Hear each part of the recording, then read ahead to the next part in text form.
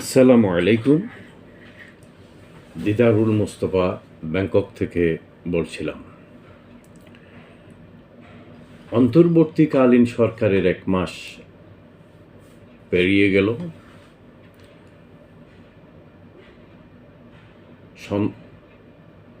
সংস্কার আন্দোলন শুরু হয়েছে সর্বত্র। সমান তালে চলছে ষড়যন্ত্র।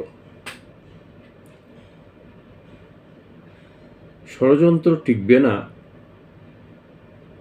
যদি না আমরা জনগণ সচেতন থাকি।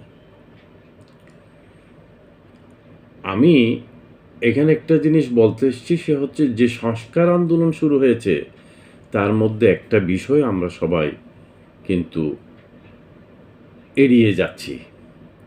সেই সংস্কারটা হচ্ছে রাজনৈতিক সংস্কার। আলটিমেটলি এদেশে রাজনৈতিক দলগুলোই ক্ষমতায় আসবে। সুতরাং এই অন্তর্বর্তীকালীন সরকারের সময়ে তাদের সংস্কার করা খুবই জরুরি। কেননা এই গত স্বৈরাচার আওয়ামী সরকারের আমলে যে দুর্নীতি হয়েছে সেটা কিন্তু 16 বছরে হয়নি। এটা অনেক আগে থেকেই শুরু হয়েছে। তারা এটাকে আরেকটু এগিয়ে নিয়ে গেছে। জাতীয় পার্টি বলেন, জামাত বলেন, বিএনপি, আওয়ামী লীগ সবই একই ক্যাটাগরির।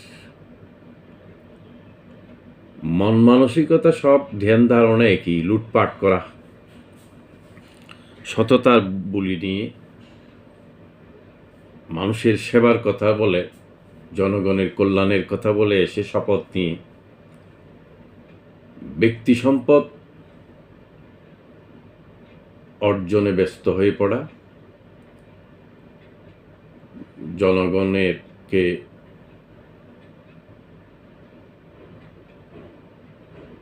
তোয়াক্কা না করে তাদের ব্যক্তি স্বার্থকে প্রাধান্য দিয়ে রাজনীতি করাই হচ্ছে তাদের স্বভাব। এই গতানুগতিক রাজনীতির ধারা থেকে আমাদের বেরিয়ে আসতে হবে। অন্তর্বর্তীকালীন সময়ে সরকারের এই সময়ে এটা একটি সুবর্ণ সুযোগ বলে আমি মনে করি। আমরা যদি প্রত্যেকের যার যার এলাকায় ভালো মানুষগুলোকে নির্বাচিত করি, তাদের টাকা না থাক, আপনি ফান্ড গঠন করুন, ঐক্যবদ্ধ হন, তাকে ক্ষমতায় নিয়ে আসুন। ভালো মানুষ আমি ক্ষমতায় রাজনীতি করতে আসতে দেখি না। কেননা এই রাজনীতি হচ্ছে নোংরা মানুষের জন্য। এই ট্রেডিশনটা এমন হয়ে গেছে বাংলাদেশে, যত খারাপ লোক আছে তারাই রাজনীতি করে। ভালো মানুষ এই রাজনীতিতে আসে না খুব একটা।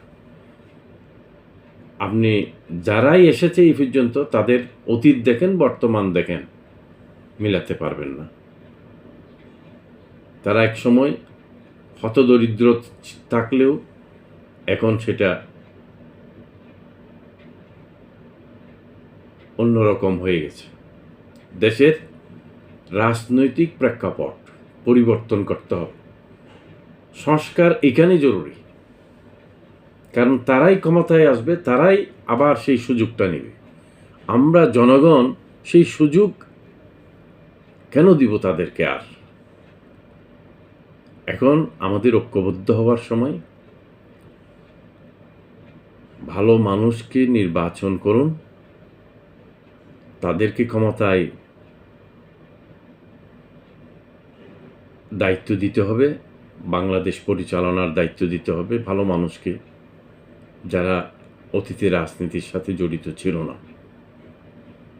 এমন ভালো সৎ পেশাজীবী বিভিন্ন স্তরের মানুষ আছে যাদেরকে আমরা চিনি, তাদেরকে নিয়ে আসুন।